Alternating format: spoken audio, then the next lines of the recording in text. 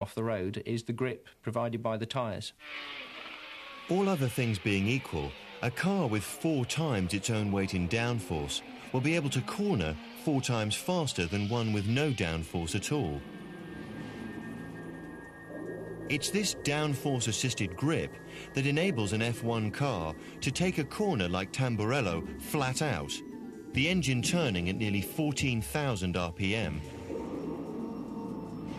Travelling at almost 200 miles an hour, 11.2 seconds into lap 7, the car is crushed into the tarmac by nearly 4 times its own weight in downforce, generating huge grip. Just as a fighter pilot feels G-force during a turn, Senna felt this force pulling at him. Sensors on board indicated a reading of 3.62 G, or 3.62 times the force of gravity. If something went wrong now, the car would literally fly off the road. At this exact moment, 1.6 seconds before impact, something did go wrong. F1 star Michele Alboreto, who died in a crash after filming this interview, believed he knew what happened to Senna. It's a dangerous corner because if you have a failure in the car, it was the wall very, very close in the high-speed part of the track. But I'm sure, because I know, because I had the same crash that Ayrton had in the same place, I know that you can go out in this corner only if you have a mechanical failure on the car. If the car had broken, the responsibility for the death of the sport's greatest driver would rest with his team. The very idea sent a shockwave throughout Formula One. When Ayrton Senna was killed in 1994 at the San Marino Grand Prix in northern Italy, the multi-million-pound sport would never be the same again. This would be a defining moment in motorsport. A defining moment in terms of safety. Before the crash, it had always been acknowledged that Formula One was a risky business. Danger was part of the sport's glamour. But the loss of its number 1 superstar changed everything. The impact sent a shockwave back.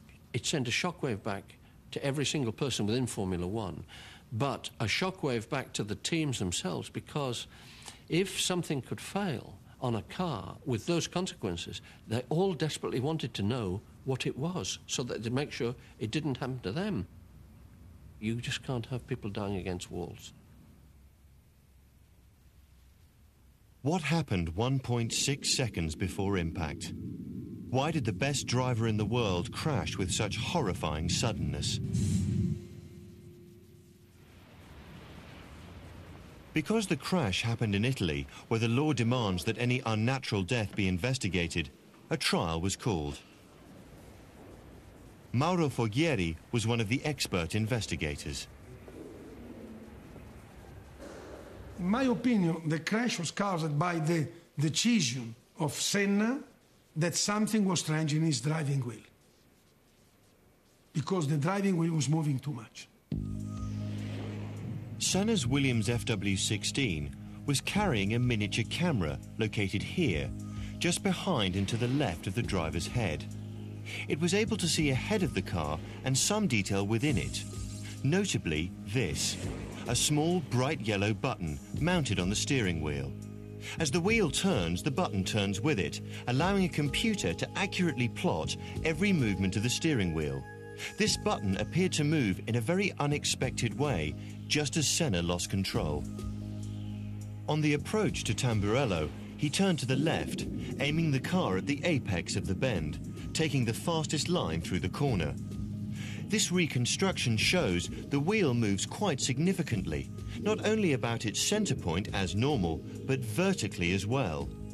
It was this movement that led to the theory that the steering column had broken. So he realized that something strange was on. And so he decided to stop the car. If you are all in your driving in your car and you feel that your driving wheel is moving, what you believe that something is broken, and what you do, you stop the car. Of course, he was stopping a car from 320 kilometers per hour. That was a different question. The steering column was made in the most part of 22mm steel tube, but had been modified at the driver's request to make it longer. An extra section of 18mm tube was grafted in and welded at both ends. In the wreckage of Senna's car, the column was found to have broken. But did it break causing the accident, or was it broken by the accident?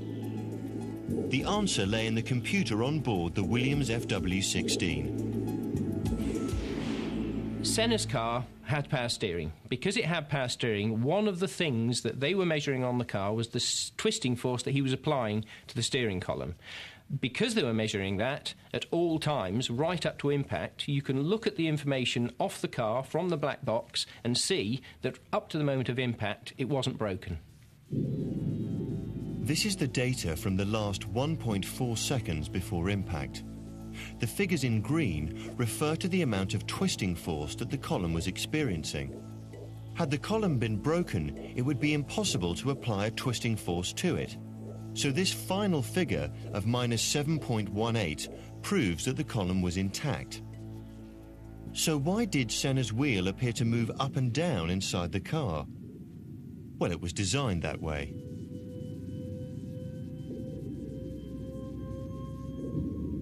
This exclusive footage, seen here for the first time in public, shows the amount of vertical wheel movement available in an identical Williams Formula One car. The amount of effort required to deflect it this much is quite considerable, but remember, the driver is being subjected to G-forces in excess of 3 times the force of gravity, and with nothing save the wheel to take the weight of the driver's arms, the design allowed for this much movement. So if the steering column didn't break, what else could have caused Senna's accident? The cruel irony is that in the relentless search for cornering performance through aerodynamics, the cars had become dangerously unstable. The regulations that were in practice at the time of Ayrton's crash, the car had to run very, very close to the ground.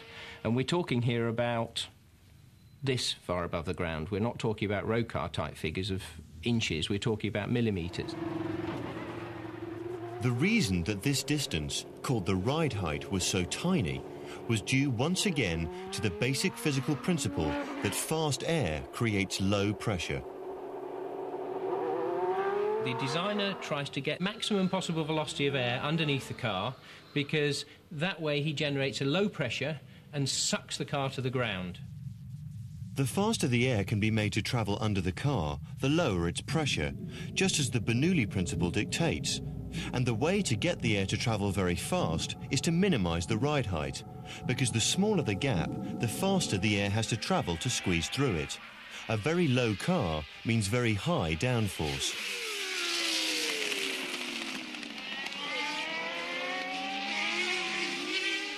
The problem comes as the car gets lower and lower and lower, the velocity gets higher and higher, you get more and more downforce.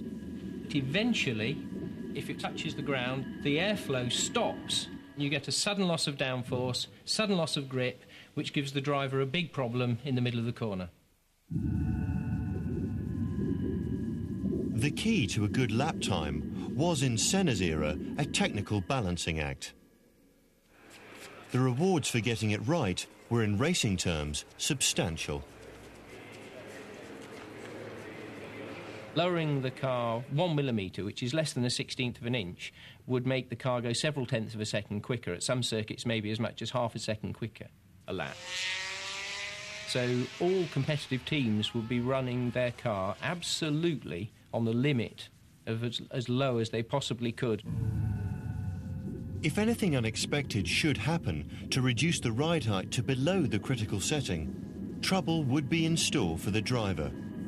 At exactly 11.0 seconds into Senna's 7th lap, something had reduced the ride height of the Williams. Television viewers saw an explosion of sparks, indicating that the car was indeed touching the ground in the middle of one of the fastest corners in the whole of Formula One. What was it that was causing Senna's car to scrape along the ground that day in 1994? In the case of Senna's accident, there was